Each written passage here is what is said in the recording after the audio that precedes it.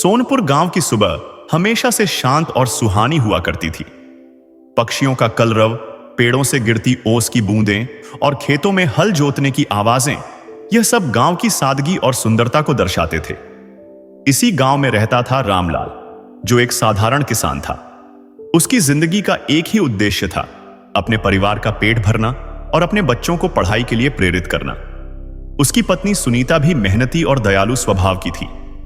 रामलाल के पास अपनी छोटी सी जमीन थी, जिस पर वह अनाज उगाता और मंडी में बेचता था। हालांकि उसकी आमदनी इतनी नहीं थी कि वह अपनी जरूरतों से अधिक कुछ कर सके, फिर भी वह हमेशा खुश रहता और अपने बच्चों को ईमानदारी और मेहनत का महत्व सिखाता। एक दिन गांव में महात्मा सिद्धेश्वर नामक साधु पधारे। उनकी ख्याति दूर दूर तक फैली हुई थी। गांव के लोग उन्हें सुनने के लिए बड़े उत्साहित थे। साधु ने गांव के चौपाल पर एक प्रवचन रखा। प्रवचन में साधु ने कहा, जीवन में सबसे बड़ा धन क्या है? क्या वह सोना चांदी है? नहीं। क्या वह धन दौलत है? नहीं। जीवन का सबसे बड़ा धन वह दान है जो आप किसी को उसकी जरूरत के समय देते हैं। लेकिन याद रखें, असली दान वह है जिससे किसी का जीवन बदल सके। साधु ने आगे गौतम बुद्ध की एक कथा सुनाई। उन्होंने कहा, एक बार भगवान बुद्ध अपने शिष्यों के साथ एक गांव में गए। वहां एक गरीब किसान ने उन्हें खाने के लिए अपना आखिरी कटोरा चावल दे दिया।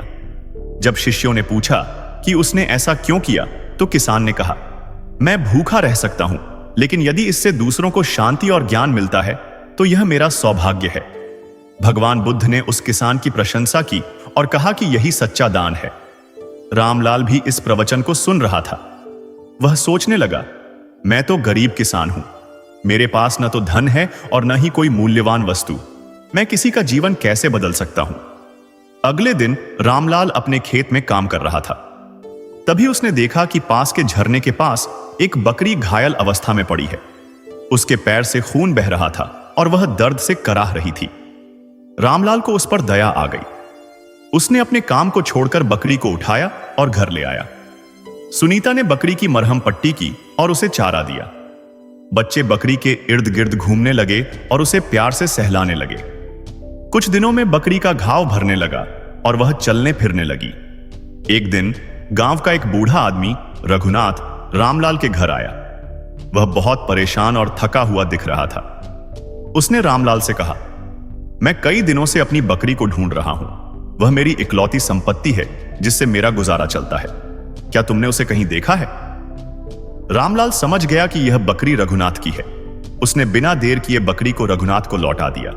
रघुनाथ की आंखों में आंसू थे। उसने रामलाल के पैरों में गिरते हुए कहा, तुमने मेरी जिंदगी बचा ली। यह बकरी मेरे लिए सिर्फ एक पशु नहीं है, यह मेरा सहारा है। तुम्हारा यह उपकार मैं कभी नहीं भूल सकता। रामलाल ने रघुनाथ को उठाया और मुस्कुराते हुए कहा, यह मेरा कर्तव्य था।